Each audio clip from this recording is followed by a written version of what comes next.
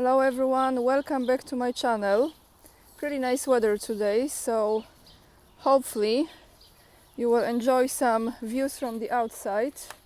I am actually very close to the river, Oder in German, river. Right behind me, I don't know if you see, is the castle of the Pomeranian Dukes in Szczecin, but I want to start the video with reminding you about the live stream that I had yesterday with Professor Michael Hudson, who many of you appreciate. Incredible knowledge, years and years of experience, and he addressed many very important topics during the current times. He explained what really GDP means and how it has been reported wrongly. So make sure to check that live stream out.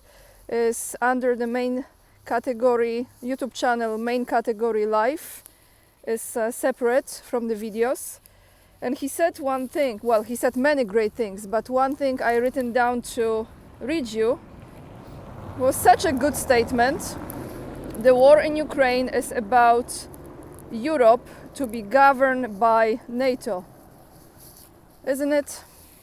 And on the topic of NATO, I will have the first article for you, which is from yesterday, I think. And this is including Radosław Sikorski, so you know, the Minister of Poland of Foreign Affairs, the very Sikorski who said "Thank you USA," who posted on then Twitter "Thank you USA" when the Nord Stream pipeline poof. So that one. The second topic I have about the level of corruption in Ukraine. Just waiting for this car. Level of corruption in Ukraine. And then what else I have? I have article from TASS about the situation on the border between Russia and Finland and what to expect. And of course I have comments of the day, and if there is anything else I will find it. I just have to get to the place to sit down and read you the news. So as you know, Sikorski went to Brussels, and in Brussels there was a meeting between the foreign ministers of the NATO countries, and of course Sikorski is one of them. But before I give you this article, you know, I'm not sure how many citizenships or passports Sikorski has. I know that he has, of course, American passport. His wife is American. He has children. I think he has two sons that are, I don't know if both of them, but one of them is in the US Army, right? Maybe both of them, I didn't check that.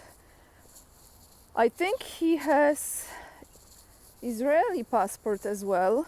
Again, I'm not 100% sure, but I've heard he does. And someone said he has actually 4 passports. So those of you, I have very savvy Polish viewers who are pretty well informed in those topics.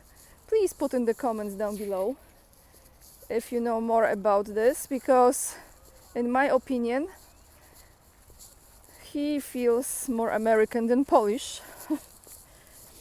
It's interesting, kind of ironic that he has the position of the Minister of Foreign Affairs of Poland. I mean, ironic for normal critical thinking people, but it's not ironic, it's actually very beautifully strategic. Let me see, this way or this way. Maybe we go there. Very strategic, right? To have someone like this to represent Poland when he is being directed by a different country. So, what did he say? I think most of you already know.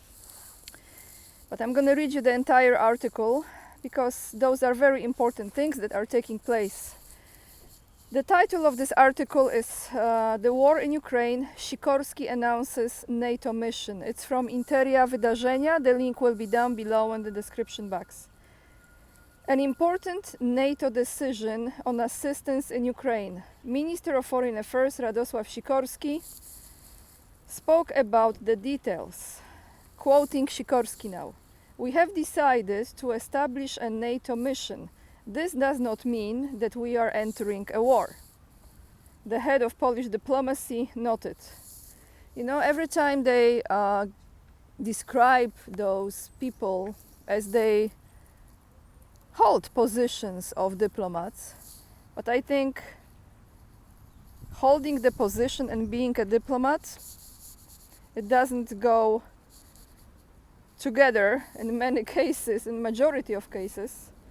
How many people being called diplomats and they have nothing to do with diplomacy, right? So this does not mean that we are entering a war. How can you believe anyone, any government saying things that are always twisted and never the truth? But let's continue with this article. As he specified, thanks to such actions, NATO will be able to use the alliance's planning tools to support Ukraine in its war against Russia. Moscow responded to this announcement. Sikorski explained that during the meeting, the ministers decided to establish a NATO mission, and this doesn't mean we're going into war, but it does mean that we will now be able to use the alliance's coordinating training, planning capabilities to support Ukraine in a more coordinated way, he said. Asked about bilateral agreements on security cooperation, Sikorski confirmed that work on such an agreement between Warsaw and Kiev is already relatively advanced, but there is no date for its signing yet. It would be important for Putin, so this is when Sikorski speaks, Putin cannot sleep. So, let me read you this. It would be important for Putin to understand that we are planning, if necessary, for a few years. He can't win it in a few months or even in a year or two. As the North Alliance, we are 20 times richer than he is, and if necessary we can afford a long-term conflict. Okay, guys, how Polish citizens feel about this project? Not just Polish citizens, the citizens of all the NATO countries who are participating in this, what's the official name? Is there an official name? New mission, yeah, this new mission. Mission Impossible project. Yes. If necessary for a few years. I'm sure Polish people are celebrating. By the way, this weekend we have regional elections here in Poland. So that's why the topic of the W topic, you know, of war is kind of pushed a bit aside, but they will come back to it, I'm sure. They will be beating the drums again from Monday, starting from Monday. So yes, Sikorski said, few years, and we can afford this conflict.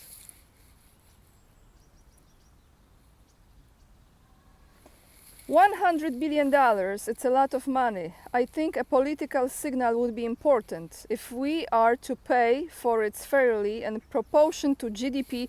That, by the way, yesterday, how perfect timing, Michael Hudson explained in details. Make sure to check that live stream out, okay? Please. In proportion to GDP, then the matter is worth considering. As it happens among allies, not everyone agrees right away. Like, for example, Prime Minister of Slovakia, right? Robert, I think Robert was his name, Fico. I don't think he will ever change his mind in this regard. But we reach positions. I consider this is to be a valuable initiative. What is the value of this initiative, everyone? What is the value? For sure, Europe can afford it, and we can go on for several years. I don't know anything about it, quoting Sikorski. He said, when asked about if the idea of creating a fund and a more active role for NATO in coordinating support and training for Ukraine is a flight ahead and an attempt to hedge against a potential turnaround in the US elections. In an interview with agency RIA Novosti, Andrei Kartapolov, head of the State Duma Defense Committee, said that the creation of the NATO mission in Ukraine might mean the legalization of the next steps. Russia will closely monitor them. Now let's go to Stoltenberg, since Cool and the gang, right? So let's go to another one in the gang. Jens Stoltenberg said the alliance has no plans to send its troops to Ukraine. If you keep repeating the lie long enough, eventually there is a chance that it might become truth. Just depends how long you're gonna repeat this. After the meeting of NATO foreign ministers, NATO Secretary General Jens Stoltenberg commented on a statement by Kremlin spokesman Dmitry Peskov, who told reporters on Thursday that, quoting Peskov, NATO is heading towards a direct confrontation. And I think at this point, anyone with some brain and common sense and not being on this side or the other, watching what they are doing, would come to this very clear conclusion that yes, it is the case. NATO is heading towards a direct confrontation, and that it has already been involved in the conflict around Ukraine, and now it is starting to move closer and closer to our, meaning Russian, border and expand its military infrastructure closer and closer to our border. NATO is not, continuing with Stoltenberg, NATO is not and will not be part to the conflict in Ukraine, he stressed, adding that the alliance has no plans to send troops to Ukraine, but will continue to provide military assistance to Ukraine. How those people go to sleep? You know what I mean? Like, do they ever wonder how they live their lives?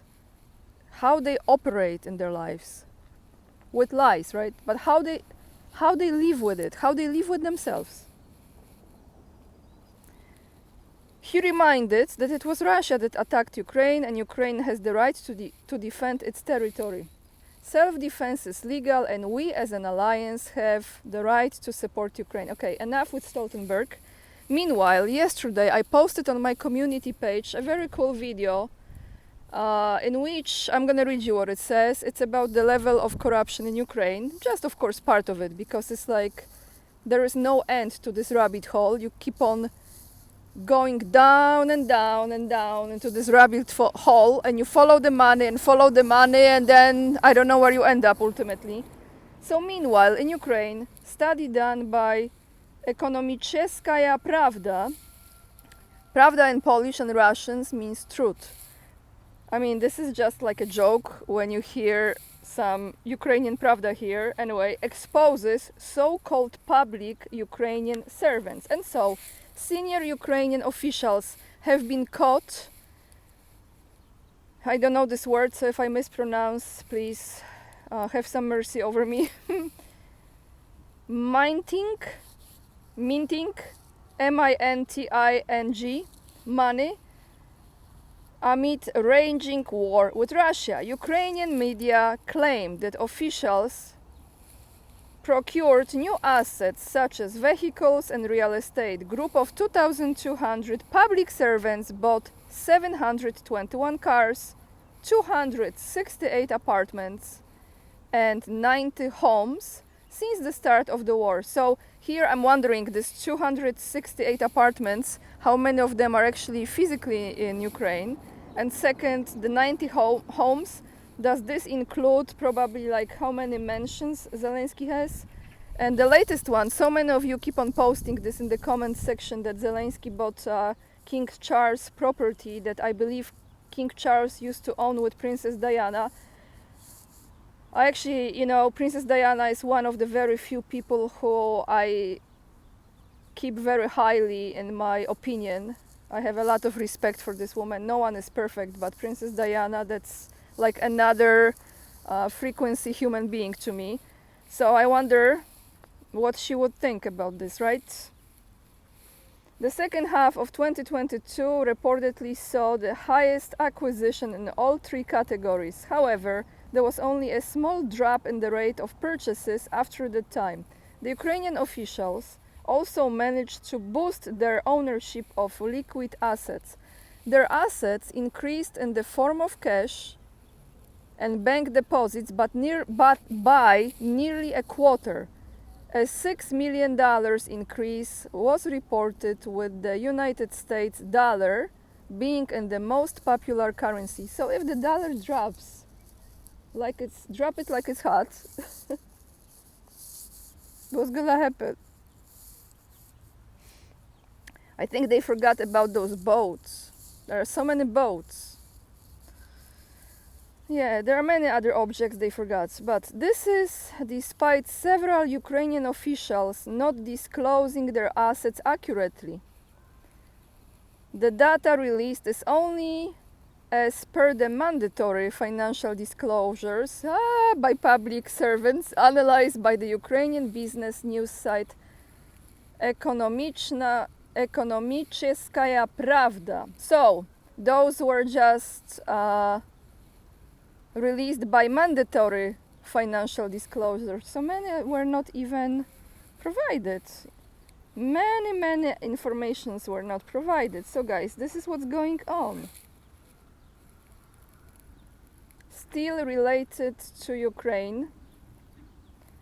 And this is in connection with the terrorist attack that took place in Moscow in Crocus City Hall on the 22nd of March. The probe committee of Russian Federation released statement on Telegram. Investigators extracted data from mobiles of Crocus City Hall attack suspects' phones. Analysts provide significant evidence regarding attacks preparation. The terrorists' handler directed them to target Crocus City Hall. On February 24th, one of the terrorists conducted I don't know this word, Rese of Crocus City Hall. He sent a screenshot of hall entrances, so he went there to check how this place looks like. So he reported the entrances and access roads to the handler. The accused confirmed these actions in an affidavit. Russia claims terrorists' phone contained photos of individuals in camouflage uniforms. The men standing near damaged buildings also had Ukrainian flags on uniform. Additionally, there was a Ukrainian postal stamp depicting an obscene gesture. We know what is the obscene gesture, right, guys? Investigation indicates a potential link between terrorist attack and ongoing war.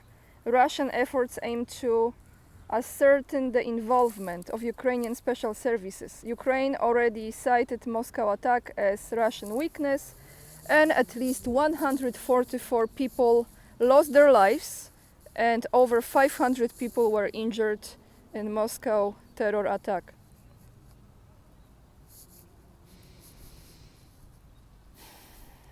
Support Ukraine, everyone, right? From TASS from today, April 6th. Russia response to NATO structures in Finland will be adequate. So many of you already know that Finland, I think they closed, I'm not sure, all crossing points border with Russia. As you know, Finland and NATO, great collab. Moscow, April 6th. Russia's reaction to the potential deployment of NATO command structures in Finland will not necessarily be symmetrical. Russian ambassador to Finland, Pavel Kuznetsov, said in an interview with TASS, quoting the ambassador, For the time being, the Finnish authorities reportedly want to host some NATO command installations. Let's see how such statements translate into reality in the future. Russia will not let the alliance's military buildup on its borders to go unanswered. One more time.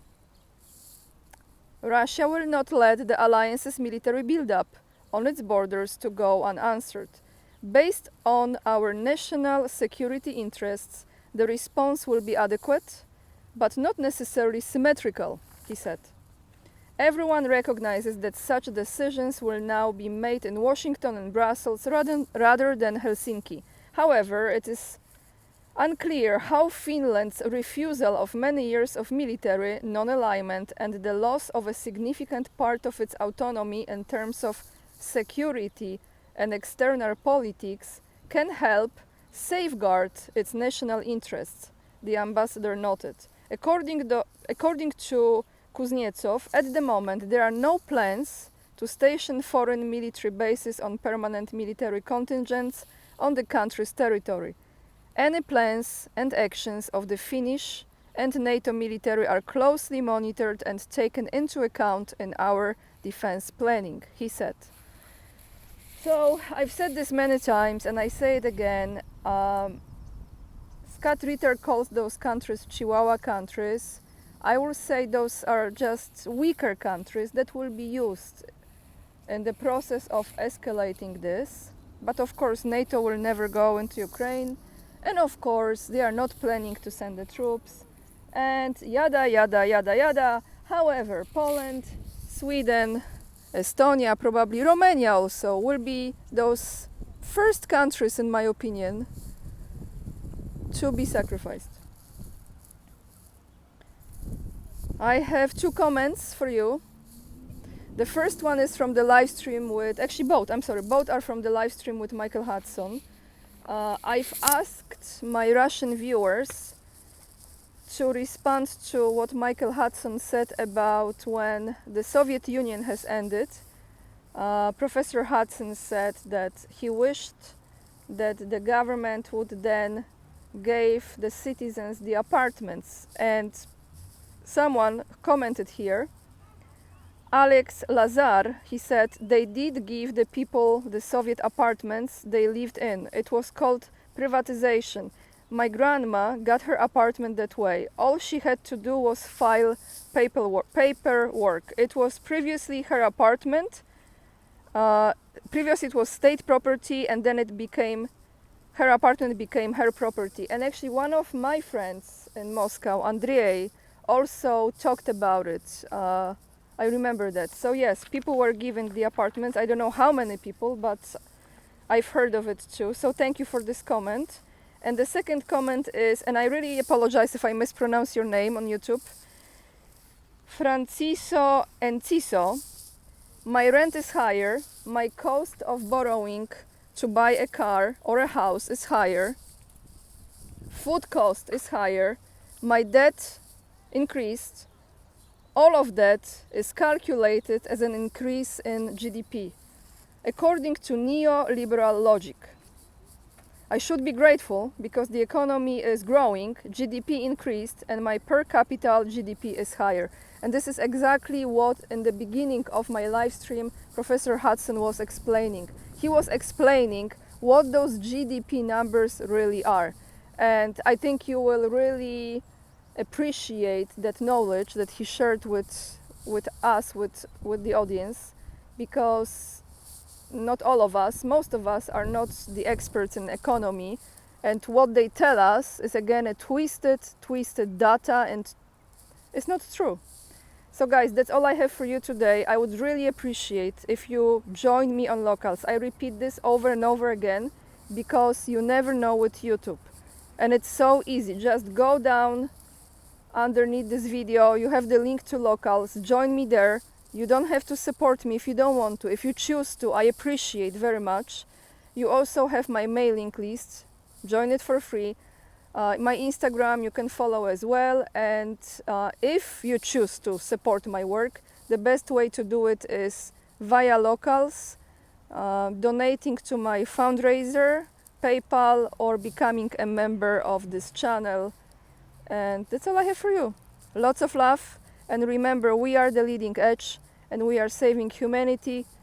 All the links to the articles I read you are down below this video in the description box. See you guys.